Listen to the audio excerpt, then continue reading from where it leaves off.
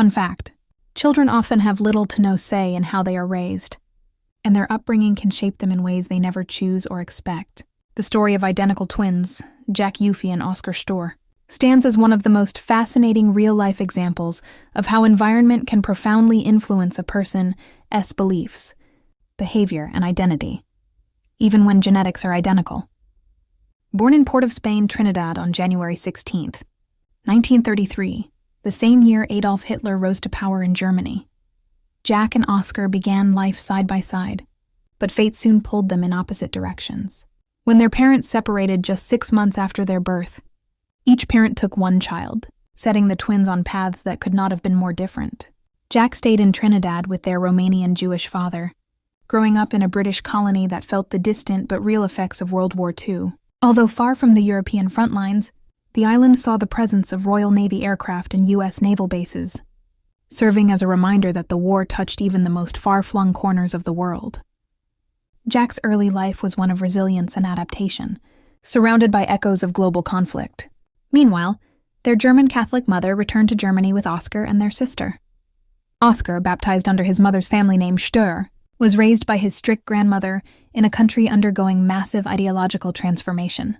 Like many German children of the time, Oscar was swept into the Hitler Youth, where nationalist propaganda and anti-Semitic beliefs were ingrained from an early age. Ironically, he grew up revering the very regime responsible for the persecution of people like his own father and brother. For more than 2 decades, the twins lived completely separate lives.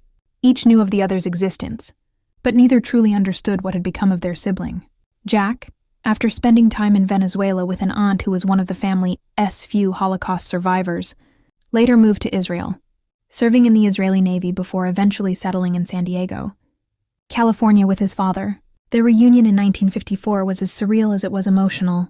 When Jack traveled to Essen, West Germany, to meet Oscar for the first time since infancy, he found himself entering a world shaped by his twins' very different beliefs. Oscar, cautious and uneasy, warned Jack to hide his Jewish identity and avoid mentioning Israel, even within the walls of his family home.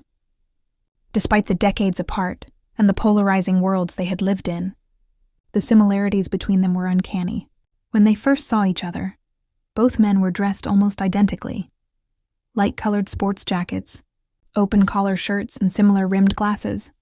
Their gestures, sense of humor, and even habits mirrored one another's, as though genetics had silently preserved a shared essence that no war, ideology, or upbringing could erase.